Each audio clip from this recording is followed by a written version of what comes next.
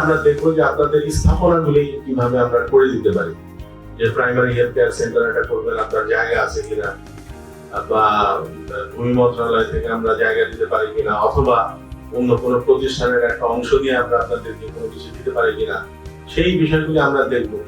আমাদের উন্নয়ন তহবিল নির্দেশিকা অনুযায়ী আমরা যে কাজগুলো করি, সেখানে আমরা যদি আরবান প্রাইমারি হেলথের জন্য এই ধরনের কোনো নির্দেশনা আমরা তৈরি করতে পারি, যে একটা পোর্শন যেটা এতে ব্যয় করতে পারবো, তাহলে এই জায়গা থেকে আমাদের মানুষজনকে সার্ভিস দেওয়া খুব সহজ।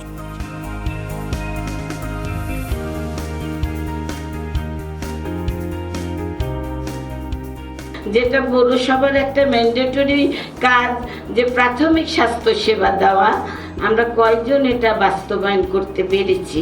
যেখানে ইউনিয়ন লেভেলে কমিউনিটি সেন্টারের মাধ্যমে কিন্তু ইউনিয়নবাসীরা প্রাথমিক স্বাস্থ্য সেবা পাচ্ছে, অথচ আমরা পৌরসভায় দিতে পারছি না। প্রত্যেকটা এলাকার চ্যালেঞ্জগুলো এক এক রকম, এক এক এলাকার আয়ের উৎস এক এক।